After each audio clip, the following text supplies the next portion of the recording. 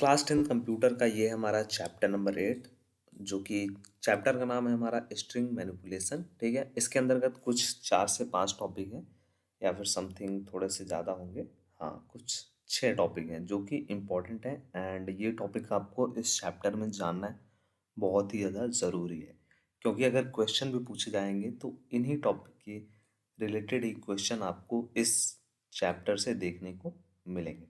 ठीक है, वो कौन कौन से टॉपिक हैं सबसे पहले हम वो देखेंगे, उसके बाद हम चलेंगे अपने टॉपिक की तरफ और इस क्लास में ज़्यादा से ज़्यादा टॉपिक को कवर करने की कोशिश करेंगे। और मेरी पूरी जो प्रोसेस रहेगी या फिर कोशिश रहेगी अबाउट इस लेक्चर में, वो इन कंप्लीट जो टॉपिक्स हैं इनको कंप्लीट एक साथ ही आपको पढ़ाने की रहेगी। बट अगर नहीं होता है पॉसिबल तो 3 से 4 टॉपिक कवर करने की पूरी कोशिश रहेगी। ठीक है, तो फर्स्ट टॉपिक आपको पढ़ना है इस चैप्टर में डिक्लेरेशन ऑफ स्ट्रिंग वेरिएबल। जो हमारे स्ट्रिंग वेरिएबल्स होते हैं उनको हम लोग कैसे डिक्लेयर करते हैं या फिर इसको हम लोग हिंदी में बोलते हैं घोषणा करना। ठीक है, सेकंड हमको पढ़ना है कैरेक्टर एरे का इनिशियलाइजेशन। ठीक है, इनिशियलाइजेशन आपको पता है किस प्रकार किया जाता है। इस टॉपिक में हमको देखना है, इस पॉइंट में हमको देखना है जो हमारे कैरेक्टर एरे होते हैं उनका हम लोग कैसे करेंगे इनिशियलाइजेशन। थर्ड, इसमें हमको देखना है कीबोर्ड द्वारा स्ट्रिंग को कैसे हम लोग इनपुट लेंगे। ठीक है, कोई भी जो स्ट्रिंग होता है उसका इनपुट हम लोग कीबोर्ड का यूज़ करके हम लोग किस प्रकार लेंगे। ठीक है, फोर्थ नंबर हमको पढ़ना है जो टॉपिक है एक पूरी लाइन का टेक्स्ट पढ़ना। ठीक है, reading one full line of text. Character पर अंक गणितीय operation, arithmetic operation on characters and सबसे लास्ट जो आपका टॉपिक रहेगा वो रहेगा स्ट्रिंग मैनिपुलेशन। ठीक है, तो यहाँ पे अगर बात की जाए टोटल नंबर ऑफ टॉपिक्स, सो ये हमारे 6 नंबर ऑफ टॉपिक्स रहेंगे इस चैप्टर में। और चैप्टर का नाम आपका क्या है, स्ट्रिंग मैनिपुलेशन। ये है आपका chapter number 8। Unit of check कर लीजिएगा कौन से यूनिट में है, अभी मैंने इतना चेक नहीं किया, मे बी यहाँ पे हाँ यूनिट सेकेंड है, मैंने यहाँ पे मेंशन ऑलरेडी किया हुआ है, यूनिट सेकेंड है।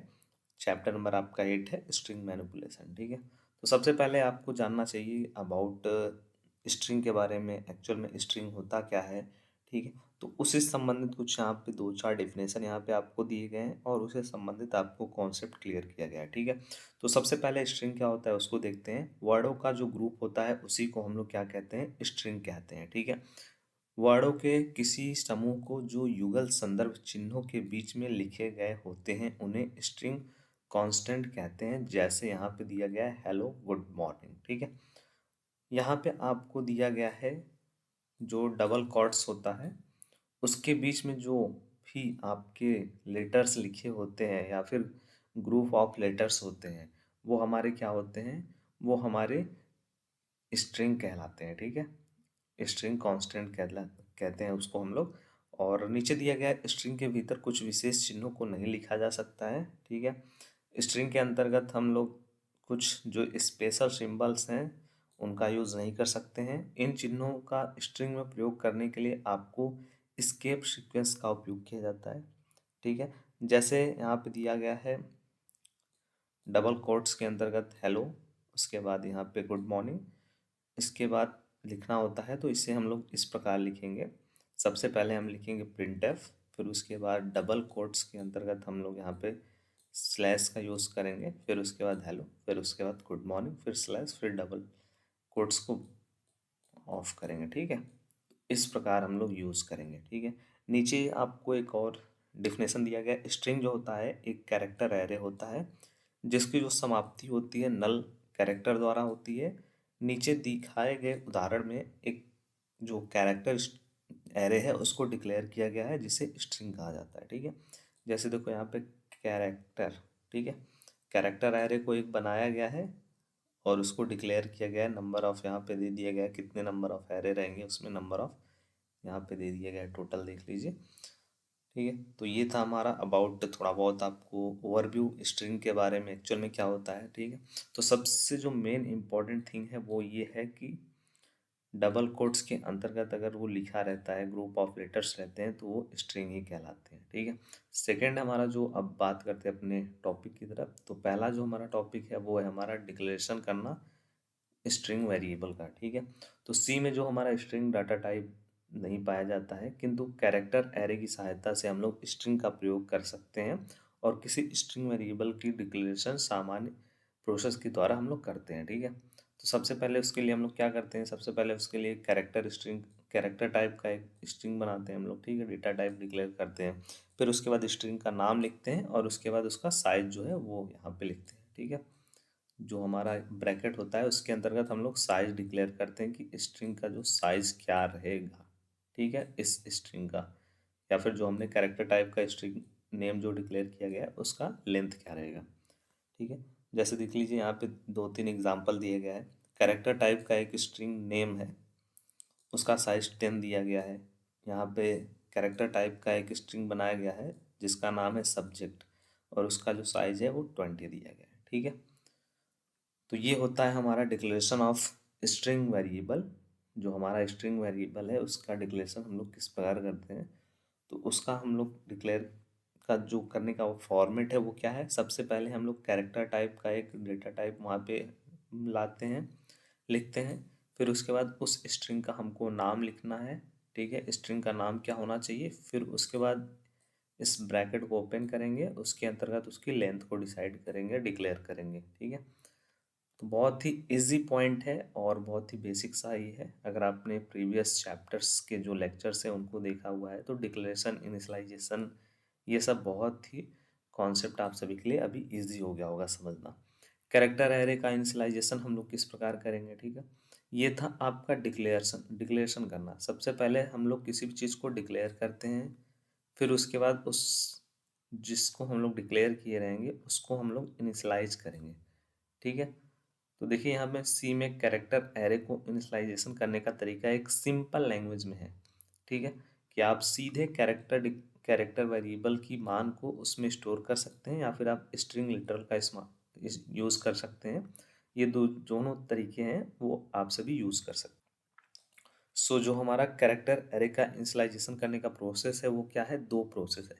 पहला है जो हमारा कैरेक्टर वेरिएबल है उसकी वैल्यू को हम लोग स्टोर कर सकते हैं, और दूसरा है कि जो हमारा स्ट्रिंग लिटरल्स है उसका यूज़ करके हम लोग इनिशियलाइजेशन का वर्क कर सकते हैं। जैसे देख लीजिए यहाँ पे एक एग्जांपल दिया गया है, यहाँ पे टोटल 2 एग्जांपल मैं आप सभी के लिए लाया हूँ, दोनों प्रोसेस या फिर दोनों स्टेप के को समझने के लिए।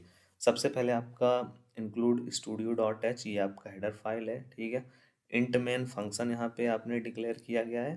फिर उसके बाद एक कैरेक्टर टाइप का जो माई एरे नाम का आपने स्ट्रिंग का नाम वहाँ पे दिया है, और यहाँ पे एरे की साइज यहाँ पे को इनिशलाइज किया है आपने।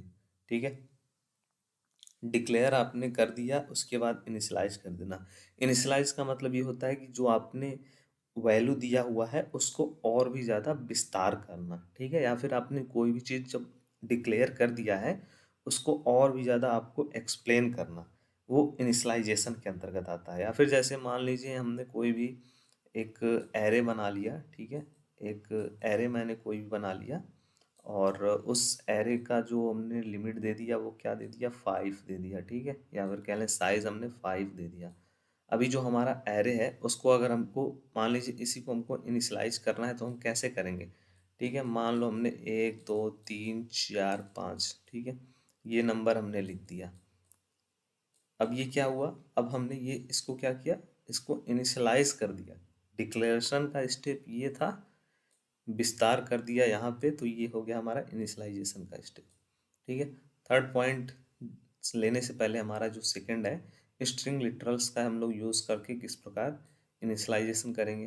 तो लिटरल्स का यूज़ इसमें किया गया है। ठीक है, तो यहाँ आप देख लीजिए वही सेम हेडर फाइल है, फिर उसके बाद इंटरनल फंक्शन है, फिर उसके बाद हम लोगों ने किसका यूज़ किया है, लिटरल्स का यूज़ किया है, और उसके बाद यहाँ पे उसको इनिशियलाइज कर दिया है। ठीक है,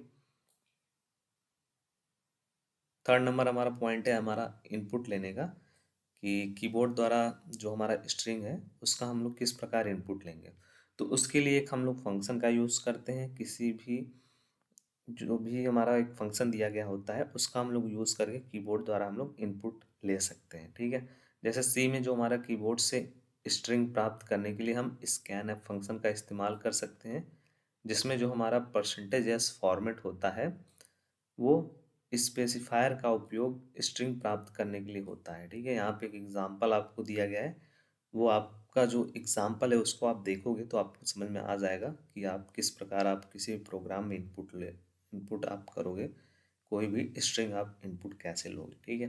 तो यहाँ पे देख लीजिए एक हेडर फाइल है, फिर उसके बाद फंक्शन है, फिर उसके बाद यहाँ पे डिक्लेरेशन किया गया है। देख लीजिए कैरेक्टर टाइप का एक स्ट्रिंग बनाया गया है माई स्ट्रिंग, और उसका जो यहाँ पे दिया गया है 50, ठीक है, साइज दिया गया है, वो डिक्लेरेशन का पार्ट यहाँ है। फिर देखो अब कीबोर्ड द्वारा हम लोग स्ट्रिंग प्राप्त कैसे करेंगे। सबसे पहले एक प्रिंटफ एक मैसेज हम लोगों ने प्रिंट किया, कृपया स्ट्रिंग दर्ज करें। उसके बाद स्कैन एफ करके, देखो यहाँ पे है ना, हम लोग को प्रिंट जो इनपुट लेने के लिए हम लोग क्या करेंगे, स्कैन एफ फंक्शन का यूज़ करना होगा। तो देखिए स्कैन एफ फंक्शन का हम लोगों ने यूज़ किया।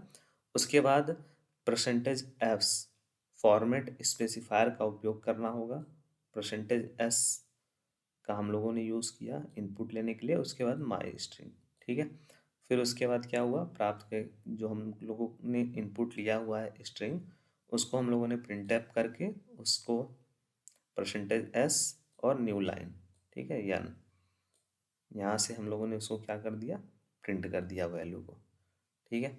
आई होप आपको ये जो एग्जाम्पल है बहुत अच्छी तरीके से समझ में आ गया होगा, और ये जो कॉन्सेप्ट है ये भी आपको समझ में आ गया होगा। इसके रिलेटेड बहुत सारे और भी टॉपिक आपको पढ़ाए गए थे और भी प्रीवियस लेक्चर्स में। तो इनपुट लेने का जो प्रोसेस है वो बहुत ही इजी है। इसके लिए हम लोगों को यूज़ करना होता है स्कैन एफ फंक्शन का, ठीक है, जो कि यहाँ आप देख लीजिए यूज़ किया गया है। प्रिंट करने के लिए हम लोग जानते हैं प्रिंट एफ का, और कीबोर्ड से हम लोगों को स्ट्रिंग लेना है तो हम लोग यूज़ करेंगे स्कैन एफ का, और जो हमारा डबल कोट्स होता है उसमें हम लोग परसेंटेज एस फॉर्मेट स्पेसिफायर का यूज़ करेंगे, ठीक है। अब देख लीजिए यही जो प्रोग्राम है, यही जो कोड है, उसको और विस्तार पूर्वक आपको एक्सप्लेन किया गया है यहाँ पे, ठीक है। जो मैंने आपको यहाँ पे with line by line explain किया, वहीं आपको यहाँ पे विथ आपको वर्ड में समझाया गया है, एक्सप्लेन किया गया है। तो आप इसको देख सकते हैं। अगर आपको कोई भी डाउट होता है तो आप कमेंट बॉक्स में जा कर के अपने जो भी कमेंट हैं उनको आप इनपुट कर सकते हैं, और हमारे पास उसका जो भी एक्सप्लेनेशन होगा टीम आपकी हेल्प करेगी, ठीक है। फोर्थ नंबर हमारा पॉइंट है, या फिर कहने टॉपिक है, एक जो हमारा पूरी लाइन होती है उसको, उसका जो टेक्स्ट होता है उसको हम लोग किस प्रकार पढ़ सकते हैं, या फिर कह लें कि किस फंक्शन का हम लोग यूज़ करेंगे, ठीक है। इसके लिए हमारा जो कॉन्सेप्ट है वो ये है कि अगर हमको सी में पूरी लाइन का टेक्स्ट पढ़ना है तो उसके लिए हम लोग यूज़ करते हैं एफ गेट्स फंक्शन का, ठीक है। जो हम लोग फंक्शन यूज़ करते हैं उसका नाम क्या है, एफ गेट्स फंक्शन, ठीक है। एफ गेट फंक्शन जो होता है उसका यूज़ करके हम एक पूरी लाइन को एक विशेष वेरिएबल में स्टोर कर सकते हैं, ठीक है, और उसको हम लोग रीड कर सकते हैं। एक बहुत ही छोटा सा प्रोग्राम और बहुत ही छोटा सा एग्जांपल आप सभी के लिए दिया गया है। मैं आपको कोड और कॉन्सेप्ट दोनों समझाता हूँ, जिससे अगर कॉन्सेप्ट सबसे पहले आप समझो, फिर अगर आपका कहीं भी डाउट रह जाता है तो आप कोड देखिए, प्रोग्राम देखिए, उससे समझिए, और उसके बाद भी कोई डाउट रह जाता है तो आपको विथ प्रोग्राम का जो फुल एक्सप्लेनेशन होता है वो आपको वर्ड में मैं साइड में दे देता हूँ, जिससे आप इसको भी एक बार पढ़ लीजिए तो आपकी जो भी डाउट है आई होप क्लियर हो जाएंगे, ठीक है। तो यहाँ पे देख लीजिए ये हेडर फाइल है, आप सभी को ऑलरेडी पता है। यूनिट फर्स्ट में इसके बारे में विस्तार से समझाया गया था। प्रोग्राम का जो बेसिक स्ट्रक्चर होता है वो क्या होता है, कोई भी प्रोग्राम आप कैसे बना सकते हो, स्टार्ट कर सकते हो, ठीक है। ये आपका इंट मेन फंक्शन है। स्ट्रिंग वेरिएबल का डिक्लेरेशन किया गया है, कैरेक्टर टाइप का माई स्ट्रिंग जो आपका स्ट्रिंग है उसका नाम है, और उसका साइज 100 डिक्लेयर किया गया है, ठीक है। पूरी लाइन का जो कोड है उसको पढ़ने के लिए, या फिर पूरी लाइन को पढ़ने के लिए हम लोग यूज़ करते हैं एफ गेट्स फंक्शन का, ठीक है, ऑलरेडी आपको बताया गया है। तो सबसे पहले हम लोग प्रिंट करेंगे एक मैसेज, कृपया पूरी लाइन दर्ज करें। दर्ज करने का मतलब है पूरी लाइन को लिखिए, ठीक है। फिर उसके बाद एफ गेट्स माई स्ट्रिंग, ठीक है, जो आपके स्ट्रिंग का नाम है, साइज ऑफ माई स्ट्रिंग, ठीक है, और उसके बाद stdin।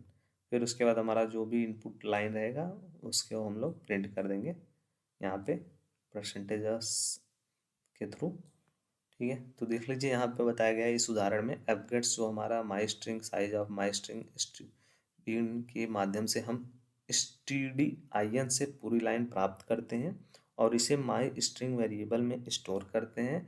Size of my string का उपयोग करके हम यह सुनिश्चित करते हैं कि हमारे वेरिएबल की जो छवि में से कितनी जगह है ताकि लंबी लाइन स्टोर कर सके, ठीक है। तो जो हमारा साइज ऑफ जो होता है जो हम लोग यूज़ करते हैं, और उसके बाद माई स्ट्रिंग, तो हमने जो स्ट्रिंग का नाम डिक्लेयर किया है उसको पास करते हैं, तो हमको पता चल जाता है कि इस स्ट्रिंग में कितना अभी और स्पेस बचा हुआ है, या फिर हम लोग इसमें कितना और स्ट्रिंग को हम लोग क्या कर सकते हैं, स्टोर कर सकते हैं। ठीक है, तो ये हमको कंफर्मेशन मिलता है इसके थ्रू। तो ये भी आपको समझ में आ गया होगा। मेनली इसमें क्या है, ऐप गेट फंक्शन है। ठीक है, कीबोर्ड द्वारा स्ट्रिंग को इनपुट लेने के लिए स्कैन ऐप फंक्शन है। ठीक है, तो ये, और उससे पहले मैंने आपको बताया कि कैरेक्टर एरे को इनिशियलाइजेशन करना, उसके पहले मैंने आपको बताया स्ट्रिंग वेरिएबल का डिक्लेरेशन करना। ठीक है, बहुत ही छोटे छोटे पॉइंट हैं।